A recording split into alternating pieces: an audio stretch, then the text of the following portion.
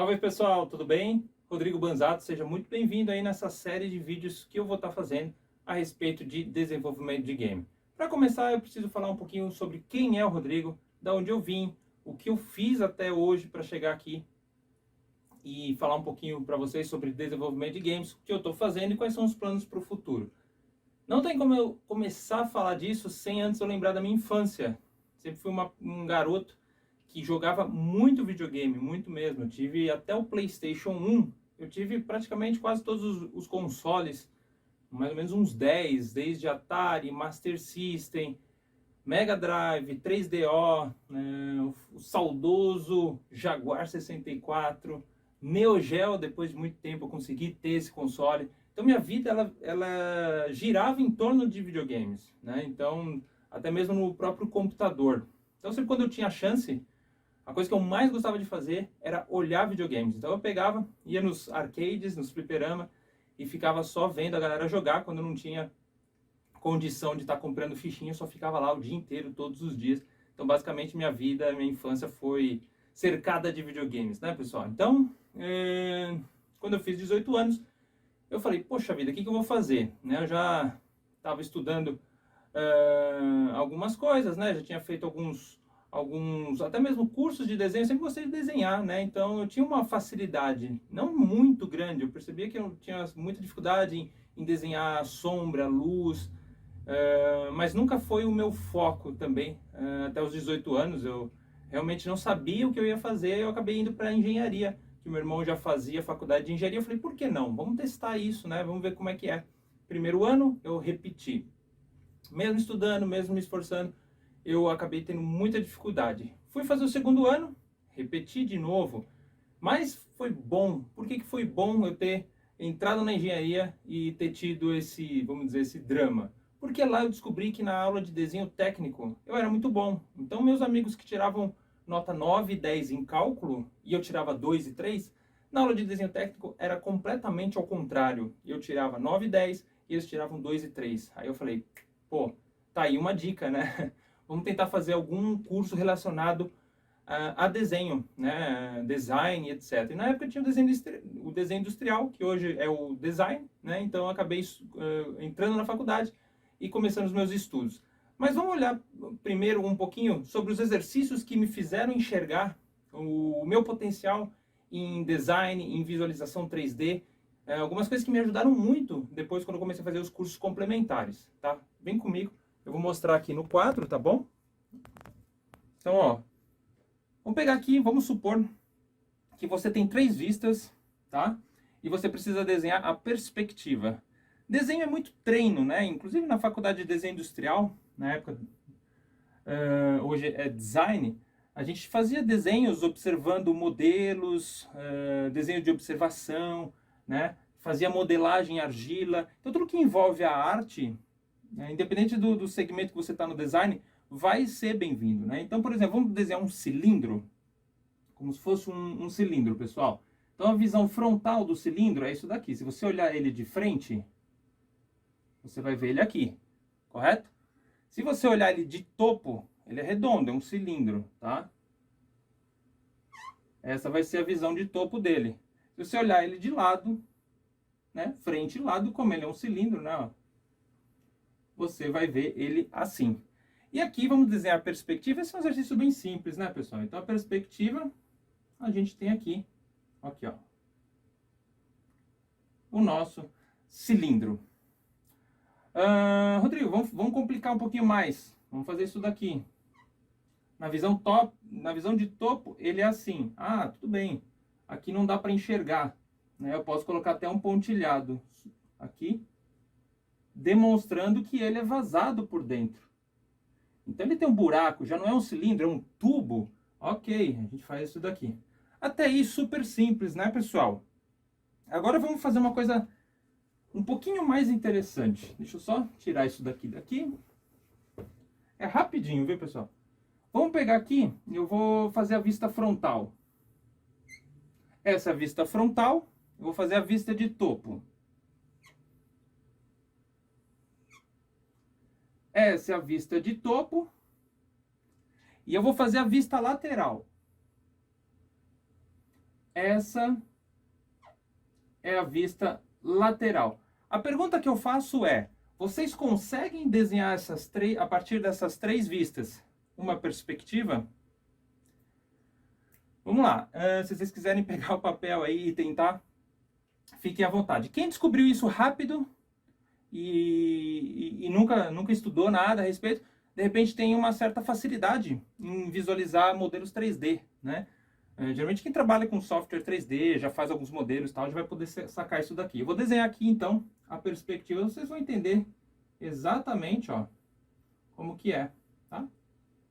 Ó. Esse exercício foi muito legal na época.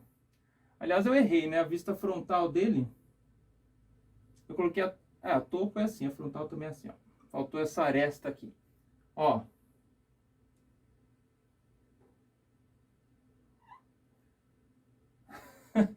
Não tenho muita facilidade. Aqui tá um pouquinho torto, mas deixa assim.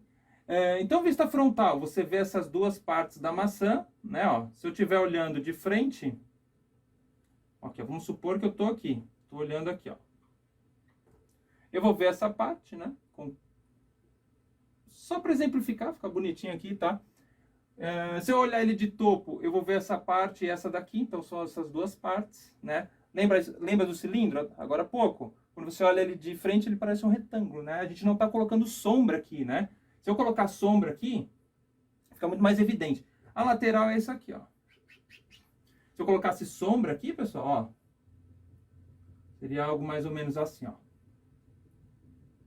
Né? Que aqui teria mais sombra, ó. Pela curvatura da peça. Aliás, o nome disso daqui, quando não é uma sombra, no 3D a gente costuma falar isso de occlusion, né? Quando a gente tem modelos muito perto um do outro, né? Nas esquinas das paredes a gente tem um pouquinho de occlusion ali também e tal. Enfim, não vou me alongar. Chega de falar um pouquinho dessa parte técnica, vamos voltar aqui para falar um pouquinho do Rodrigo, como eu estava falando, galera. Então é isso. Eu comecei a faculdade de desenho industrial e comecei a fazer vários trabalhos de apresentação em grupo e tudo mais, que me ajudaram a pegar o conhecimento que eu tinha em 3D e aplicar nesses trabalhos, né? Então, na faculdade eu tive chance de fazer 2 curta-metragem, né? O segundo curta-metragem foi o meu trabalho de graduação, então eu tive que fazer todo o design, né, dos personagens, elaborar toda a história, fazer ali o cinematic, colocar o storyboard. Então comecei a estudar bastante essa parte de design, de personagem, incluindo vinhetas e tudo mais. E a partir daí eu comecei a montar um portfólio, tá? Todo artista, quando começa, ele tem que ter um portfólio inicial para poder entrar em algum lugar. Não é como em outras profissões, que olha o meu currículo, olha o que eu já fiz. Não, você tem que ter um portfólio, tem que ter uma arte ali para poder estar apresentando, né? Então eu comecei a ir batendo na porta de várias publishers, agências, né? Até que uma delas me chamou, né, para poder fazer um trabalho. Não era uma remuneração muito alta, mas eu falei, poxa, que bom, alguém me chamou, alguém notou algum diferencial ali no meu portfólio. E daí eu fui crescendo, tive chance de dar aula em algumas escolas. Em 2009 eu montei a minha própria escola, a gente vendia cursos em DVD, né? Então acredito que eu tenha sido o pioneiro no Brasil em cursos de 3ds Max por DVD. Hoje mudou tudo. Hoje você tem muito acesso no YouTube, cursos online, né? E tudo mais. Aliás, para a galera que acha que, poxa, Rodrigo, eu tenho dinheiro, mas eu não vou fazer faculdade. De repente a faculdade vai ser boa para você poder fazer contatos, networking. Então você vai conhecer muita gente lá, vai conhecer os professores, vai saber o que eles fazem. Eu só acho legal você saber quem são esses professores, o que eles fizeram, o que eles fazem no mercado, se tem a ver com aquilo que você quer, tá? Então, inclusive outros cursos, procurem saber o que esses professores já fizeram, né? Porque se você for pegar um professor que seja técnico, nada contra, tá, pessoal? Mas é que como as coisas mudaram tanto de alguns anos para cá, você tem toda a parte técnica na internet. Então, quando você precisa se atualizar, estudar alguma coisa, você vai direto para a internet, entendeu? Mas quando você precisa de ter ali o feedback, o feedback real time, né? Que o professor vai estar ali, vai estar olhando, vai estar te ajudando, né? Ele vai poder passar experiência, o que dá certo, o que não deu certo e etc. É muito legal, é muito enriquecedor para o seu conhecimento, tá? Então, eu fui estudando em 2009, 2010, se eu não me engano, 2010 ou 2011, eu participei de um campeonato da Epic Games. A Epic Games é aquela que fez aquele jogo Gears of War, é a que faz o jogo Fortnite. E nessa época teve um campeonato, e eu já estava trabalhando com 3D, e eu falei, caramba, eu vou entrar nisso daqui. Acabei pegando o segundo colocado com o melhor personagem customizável. Isso para mim foi muito motivador. Então sempre que vocês puderem estar trabalhando com algum challenge, né, algum concurso, etc., é muito legal, principalmente no início, né, você vai conhecer outros trabalhos. Também vem a parte de você trabalhar como voluntário em outros projetos. Pelo menos uns 2 ou 3 grandes projetos eu acabei participando como voluntário, fazendo diversos personagens e tudo mais, para poder ganhar experiência, né? E montar o portfólio. Então, o portfólio, quando eu falo, é como se fosse o seu site com a sua galeria de trabalhos, sejam eles profissionais ou pessoais, não importa, né? Você vai apresentar ali na agência aquele seu trabalho. E mais uma coisa, quem estiver estudando 3D, fala, poxa, Rodrigo, eu quero trabalhar na Blizzard, por exemplo. Foque o seu portfólio naquela produtora ou naquela agência, nos trabalhos que eles fazem, tá?